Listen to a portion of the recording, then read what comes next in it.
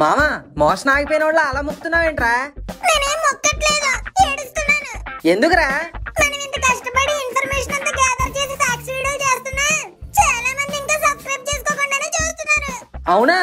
అవును, ఇది చూడు 64.3% మెంబర్స్ సబ్స్క్రైబ్ చేసుకోకుండానే మన వీడియోలు చూసేస్తున్నారు. మరి నీలో నువ్వు మూలిగితే ఎవరికి తెలుస్తుందిరా? ఆడియన్స్ ని రిక్వెస్ట్ చేస్తే ఏదైనా ఉపయోగం ఉంటది. చూసారు కదా ఫ్రెండ్స్, పాపం ముక్కుగాడు ఎలా మూలుగుతున్నాడో. ఆడ బాధ తగ్గించాలంటే మీరు కింద ఉన్న సబ్స్క్రైబ్ బటన్ ఇప్పుడే బాధేయండి.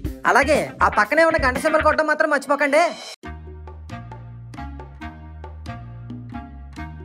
ఏంటి మామా వాచ్ ఏదో రిపేర్ చేస్తున్నట్టున్నావు? రిపేర్ కాదు మామ, రీసెర్చ్. 24 సినిమాలో సూర్యలాగా వాచ్ లో టైం వెనక్కి తిప్పి నేను కూడా టైం లో వెనక్కి వెళ్దామని. నువ్వు చేసే బుర్ర తక్కువ పనులకి మళ్ళీ సర్చ్లు రీసెర్చ్లు అని పెద్ద పెద్ద పదాలు ఎందుకులే? మరి లేకపోతే వాచ్ లో టైం తిప్పగానే టైం ట్రావెల్ చేసి వెనక్కి వెళ్ళిపోవడానికి ఇదేమన్నా సినిమా అనుకుంటున్నావు ఏంటి? అంటే టైం ట్రావెల్ ఓన్లీ సినిమాలోనే పాసిబుల్, రియల్ గా పాసిబుల్ కాదా? ప్రజల కోరికలు తీర్చేవాడే రాజు, సబ్స్క్రైబర్ల కోరిక తీర్చేవాడే ఈ మను. ఈ రోజు నీ డౌట్ తో ఎప్పటి నుండో మన సబ్స్క్రైబర్స్ డిమాండ్ కూడా తీర్చబోతున్నా. అసలు టైం ట్రావెల్ ఏంటి? అది పాసిబుల్ లేనా? జరిగింది జరగబోయేది చూడొచ్చా? ఇప్పటి వరకు టైం ట్రావెల్ చేసిన వాళ్ళు ఎవరైనా నిజంగా ఉన్నారా? అవన్నీ ఈ వీడియోలో చూసేద్దాం. కొంచెం కాంప్లికేటెడ్ సబ్జెక్ట్ అయినా అందరికీ అర్థం అవడం కోసం సింప్లిఫై చేసి చెప్పడానికి ట్రై చేశా. సో మిస్ అవ్వకుండా లాస్ట్ వరకు ఇంట్రెస్టింగ్ వీడియోని చూసేయండి.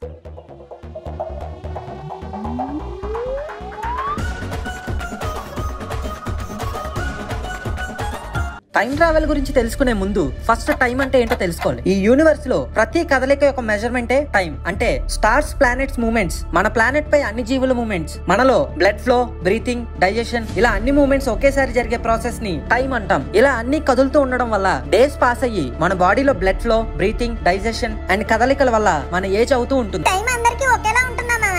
లేదు, మన బాడీ మాస్ ని బట్టి, వాటిలో మెటబాలిజం బట్టి and blood flow, brain neurons base చేసుకుని ఒక్కో జీవికి టైం ఒక్కోలా కనిపిస్తుంది. ఫర్ ఎగ్జాంపుల్, ఈగలో దోమలు లాంటి ఇన్సెక్ట్స్ వాటి బాడీ మాస్ చాలా తక్కువ అవడం వల్ల అవి ప్రపంచాన్ని మనకంటే 5 టైమ్స్ స్లోగా చూస్తాయి. అంటే మనం 1 సెకండ్ చూసే ఇన్సిడెంట్ అవి 5 సెకండ్స్ పాటు చూస్తాయి. అందుకే అవి మన ఒంటిపై వాలితే మన మన వెంటనే కొట్టినా అవి తప్పించుకుని ఎగిరిపోతాయి. ఎందుకంటే అవి మన హ్యాండ్ మూవ్మెంట్ ని 5 టైమ్స్ స్లోగా చూస్తాయి. అలాగే టార్టాయిస్ దాని చిన్న సైజు లో ఎక్కువ మాస్ వల్ల ఈ ప్రపంచాన్ని ఫాస్ట్ గా చూస్తుంది. అంటే దాని దగ్గరకు నువ్వు 5 సెకండ్స్ లో పరిగెత్తుకుని వస్తే దానికి 1 సెకండ్ లో వచ్చినట్టు ఉంటది. ఈ ప్రాసెస్ ని టైం డైలేషన్ అంటారు. ఎంతగా ఉంది మామ.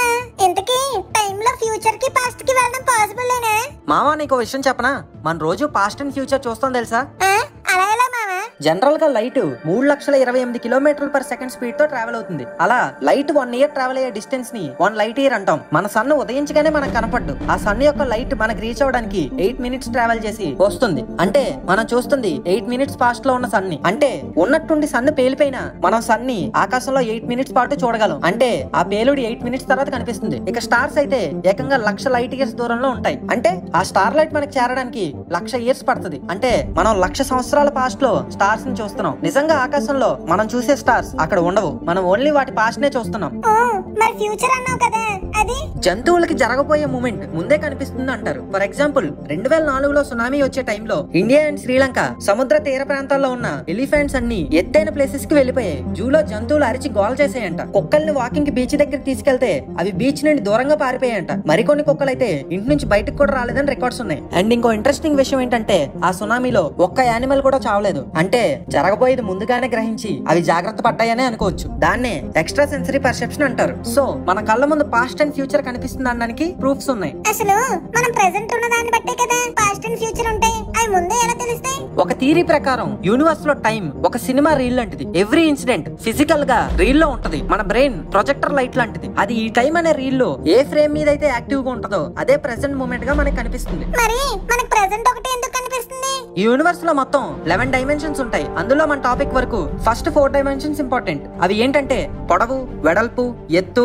And 4వది time. కానీ ఆ 4గిట్లో మనిషికి కనిపించేవి 3 డైమెన్షన్స్. అండ్ ఇక్కడ తెలుసుకోవాల్సిన విషయం ఇంకోటి ఏంటంటే కొన్ని జీవులకి 1 డైమెన్షన్ అండ్ మరికొన్ని జీవులకి 2 డైమెన్షన్స్ లోనే ప్రపంచం కనిపిస్తుంది. ఫర్ ఎగ్జాంపుల్ 2 డైమెన్షనల్ జీవులు ఒక రూమ్ లో ఉంటే వాటి కంటికి ఆనుకుని ఉన్న ఫ్రేమ్ మాత్రమే కనిపిస్తుంది. అంటే వాటిని ఆనుకుని ఏదైనా కుర్చీ ఉంటే ఆ కుర్చీ మాత్రమే ఒక పేపర్ మీద 2D ఆర్ట్ లా కనిపిస్తుంది. అండ్ తెరుచుకునే వరకు దూరంగా ఉన్న డోర్స్ అండ్ వాల్స్ కూడా కనిపించవు. ఎందుకంటే వాటికి డోర్ 3rd డైమెన్షన్. బట్ మనం 3 డైమెన్షన్ కాబట్టి కుర్చీతో పాటు దూరంగా ఉన్న డోర్ కూడా కనిపిస్తుంది. ఈ 3 డైమెన్షన్స్ దాటిన తర్వాత ఉన్న 4th డైమెన్షనే టైం. అంటే మన బ్రెయిన్ 4th డైమెన్షన్ లో వర్క్ అయితే ఆ డోర్ డోర్ మాత్రమే కాదు 10 మినిట్స్ తర్వాత ఎవరైనా ఆ డోర్ తెరుచుకుని వచ్చే మూమెంట్ కూడా మన కళ్ళ ముందు కనిపిస్తుంది. అలా ఫ్యూచర్ అండ్ పాస్ట్ మూమెంట్స్ అన్ని కళ్ళ ముందు ప్రత్యక్షంగా కనిపిస్తాయి. వామ్మో, మరి ఇప్పుడు దాకా మనం ఎందుకు ఆ ఫోర్త్ డైమెన్షన్ చూడలేకపోతున్నాం? ఎందుకంటే మన బ్రెయిన్ ఓన్లీ 10% మాత్రమే యాక్టివేషన్ లో ఉంటుంది. అందుకే మనకి 3 డైమెన్షన్స్ మాత్రమే చూపిస్తుంది. అది కనుక ఎక్కువ శాతం యాక్టివేట్ అయితే టైం అనే 4th డైమెన్షన్ కూడా చూడొచ్చంట.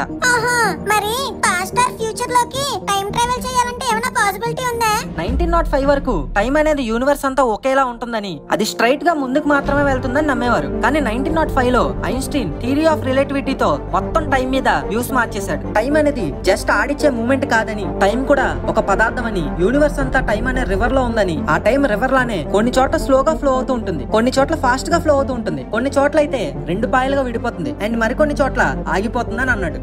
ఈ టైం స్లో ఫాస్ట్ ఆగిపోవడం ఏంటి మామా? యూనివర్స్ లో మాస్ ఎక్కువ ఉండే ఆబ్జెక్ట్స్ దగ్గర లైట్ కూడా బెండ్ అవుతుందని, అక్కడ టైం స్లోగా ఉంటుందని నేను చెప్పేవాడు. ఆబ్జెక్ట్ మాస్ బట్టి అది ఎంత ఎక్కువ ఉంటే అక్కడ టైం అంత స్లోగా ఉంటదని ఆ థియరీ సారాంశం. ఇదంతా ఈయన మ్యాథమెటికల్ క్యాలిక్యులేషన్ తో చెప్పాడు. కానీ ఈ థియరీ ఆఫ్ రిలేటివిటీ రాంగ్ అని, టైం స్లో అవడం, లైట్ బెండ్ అవడం ప్రాక్టికల్ గా ఇంపాసిబుల్ అని సైంటిస్ట్ కొట్టుపాడేశారు. అంటే మరి దానికి ప్రూఫ్ లేదా మామా? 1905 లో ఈయన ఈ థియరీని చెప్పినప్పటికీ దీన్ని ఎవరూ పట్టించుకోలేదు. కానీ 14 ఏళ్ల తర్వాత అంటే 1919 లో ఒక అద్భుతం చోటు చేసుకుంది. ప్రపంచం, సైన్స్ అంతా ఎప్పుడూ చూడని ఒక దృశ్యం చూసాయి. సింపుల్ గా ఒక పేపర్ మీద లెక్క వేసి యూనివర్స్ మొత్తం ఎలా వర్క్ అవుతుందో చెప్పి, ఆ యూనివర్స్ లో టైం మీద ఉండే అభిప్రాయం మార్చి టైం ని మార్చలేం, పోయిన కాలాన్ని వెనక్కి తీసుకురాలేం, ఫ్యూచర్ ఏంటో మనం చెప్పలేం అని అప్పటి వరకు అనుకునే వాళ్ళకి మీరు ప్రయత్నిస్తే పోయిన కాలాన్ని వెనక్కి తీసుకురావచ్చు, ఫ్యూచర్ లోకి వెళ్ళొచ్చు అని ప్రూఫ్స్ ఇచ్చిన ఆ ఘట్టం టైం ట్రావెల్ పార్ట్ 2 లో చెప్పుకుందాం.